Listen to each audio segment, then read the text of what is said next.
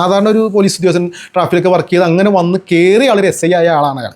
അവസാനം ഈ പറഞ്ഞ ജോലി ഇടയ്ക്ക് വെച്ച് അത് നിർത്തിയ അയാൾ കംപ്ലീറ്റ് മോട്ടിവേഷൻ, കാര്യം ലക്ഷങ്ങൾ പ്രതിഫലമായിരിക്കുന്ന ആളാണ് പുള്ളി. അതാണ് സുഖം, എൻജോയ്മെൻറ്റ്. ഇങ്ങനെ വെറുതെ ഇങ്ങനെ കയ്യിൽ നിന്ന് എടുത്തിടാമല്ലോ. നമ്മൾ വിശ്വസിക്കും, നമ്മളിങ്ങനത്തെ ആൾക്കാരൊക്കെ വിശ്വസിക്കുന്ന ആൾക്കാരാണല്ലോ അല്ലേ. എന്തിലൊക്കെ ചാരിറ്റിയോ വലിയ പ്രഭാഷണം നടത്തി നമ്മൾ അവർ വിശ്വസിക്കുക. അതാണ് മലയാളികൾ, വിദ്യാഭ്യാസമുള്ള മലയാളികളെ. ഈ തമാശയായിട്ട് ഒരാൾ പറഞ്ഞ പോലെ റോട്ടിൽ കിടക്കുന്ന 10 രൂപ തിരിച്ചു കൊടുത്ത് മാതൃകയായി എന്ന് പറഞ്ഞ് ഫോട്ടോ എടുത്തിരുന്നൊരു കാലഘട്ടമാണ് ഇപ്പം. ഇങ്ങനെയൊക്കെ പറയുമ്പോൾ ആ ഒരു സമൂഹത്തിൽ അല്ലെങ്കിൽ മുസ്ലിങ്ങളുടെ ഇടയിൽ കുറച്ച് സ്വാധീനം ഉണ്ടാക്കാൻ പറ്റും. ഇയാൾ ഭയങ്കര എല്ലാം അറിയാവുന്ന ആളാണ്, എല്ലാവരും ഒരുപോലെ പെരുമാറുന്ന ആളാണ്, അപ്പോൾ ഇയാൾ വിശ്വസിക്കുക. അങ്ങനെ വിശ്വസിച്ചായിരിക്കാം ഈ ഉമ്മയും ഉപ്പയും ഈ കുട്ടിയെ 16 വയസ്സുള്ള മാനസിക പ്രശ്നമുള്ള ശാരീരികമായ ബലഹീനതയുള്ള ആ കുട്ടിയെ ഇയാളെ അവർ വീട്ടിൽ കൊണ്ടുപോയി നിർത്തി. വീട്ടിൽ എന്ന് പറഞ്ഞാൽ ഭാര്യ പോലും ഇല്ല, ചിന്തിക്കണം, ഭാര്യ പോലും ഇല്ല, മക്കളില്ലാന്ന് കേൾക്കേണ്ടത് എനിക്ക് വ്യക്തമായിട്ട് അറിയില്ല. അമ്മയുണ്ട്, അമ്മ സൂലാത്ത അമ്മയെ നോക്കാൻ പാലിയേറ്റീവ് ഗ്രേവ് അങ്ങനത്തെ കുറേ ആളുണ്ട് അവിടെ.